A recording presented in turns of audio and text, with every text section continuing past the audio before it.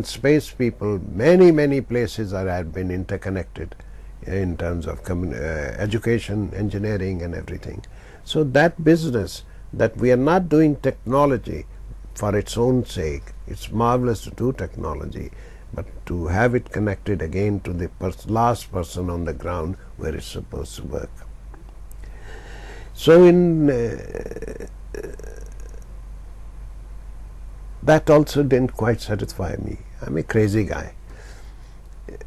One day, sitting in the University Grants Commission, I said, what the hell are we doing all this education for, higher education?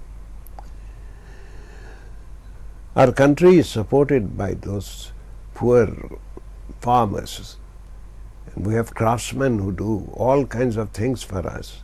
And how is our education related to them? Somehow there's something wrong with all our curricula, and we should do a major change.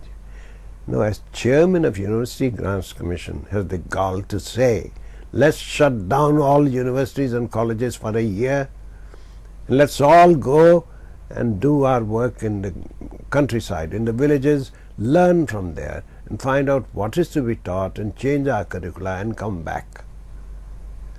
Amazing thing about India is that nobody asked me to get out of my job. Planning Commission discussed it, all political parties discussed it, and there was a firm resolve to do something about it. But then, as in everywhere else in politics, all kinds of things happened, the government changed, but even the leader of opposition had said he'll support it. So this kind of spirit of trying to shake up things so that ultimate objectives are fulfilled has in some sense stayed with me. Probably I should grow up. At this age I should not be so childish. But then occasions come which make you childish and childlike perhaps. So one of the two major things which happened later, we had a very active, detailed, deep program to try to do something about the current curriculum framework for school education. And they asked me to be chairman of the steering committee. We worked for 2 years. And out of that came some basic learning, which I would call exactly the learning which happened during the first satellite experiment, and that is that learning should be such which is connected with your environment, with your neighborhood, what you have grown up with. Why? Because basically children do not learn what you tell them. The knowledge can't be distributed. Knowledge is something which is constructed by each of us on top of what we have already got. And if you do that, and if you make a curriculum and syllabi of this kind, where you are careful about this, you do a fantastic amount of learning. And secondly, when you teach, please, life is not separate disciplines.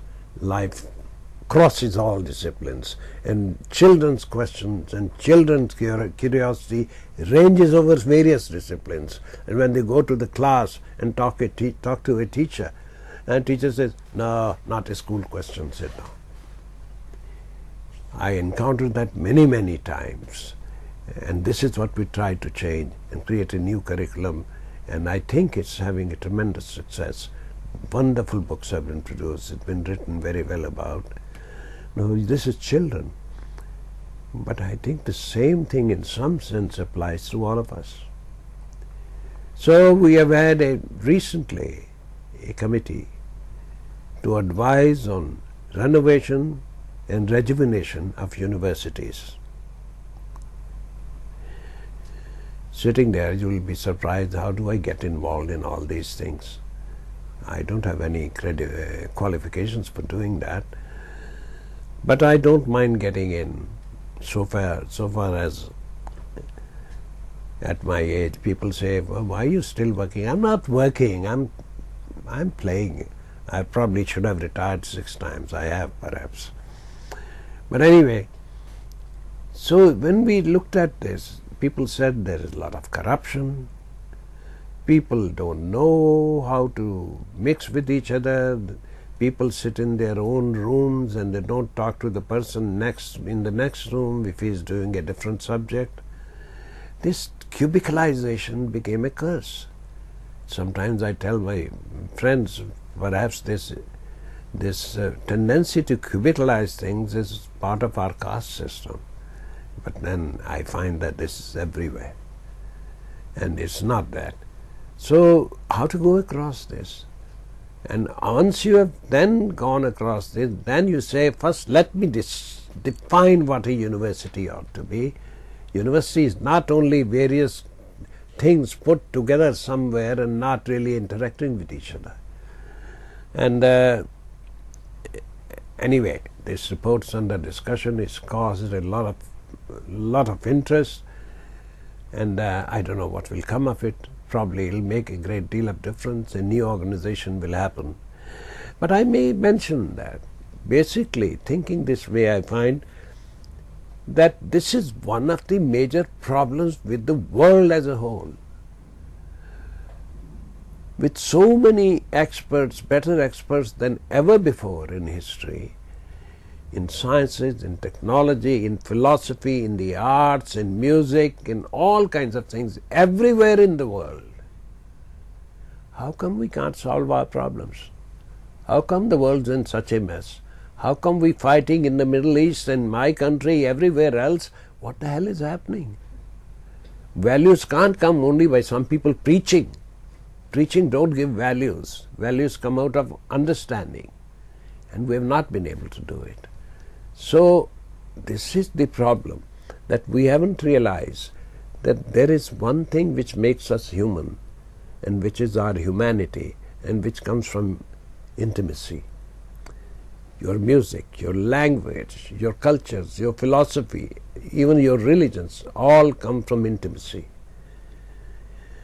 Now, intimacy is a kind which is subject, which is like advertising. You keep on telling babies, little children, that you have to be some way, and babies are like that. But later these become prejudices. And after they become, some of them become prejudices, not all. Beautiful things in intimacy live with us. But then loving your family becomes loving your country becomes being ultra-nationalists become patriots, and they become all kinds of things which are going around in the world. What we come to us naturally through our biology, which is very beautiful, and what we have understood intellectually in terms of a cosmic consciousness, we have not been able to put together. The intellectual learning and the natural learning, we have not been able to put together anywhere in the world, and I think that's a challenge before everybody, even to all you very gifted people who have given so many means of connecting people. Once I gave a talk at one of the award ceremonies, and that perhaps World Wide Web and its versions might be the only way towards an inclusive world. I still have that dream, and I hope it will be fulfilled. Thank you. Sorry I couldn't come. I so much want to meet all of you. Eric, Claire, I hope you are there. I'm sorry I didn't make it this time. Maybe next year. And my all congratulations to the new awardee. Such gifted people. I don't know whether I should have talked to you like this. Bye.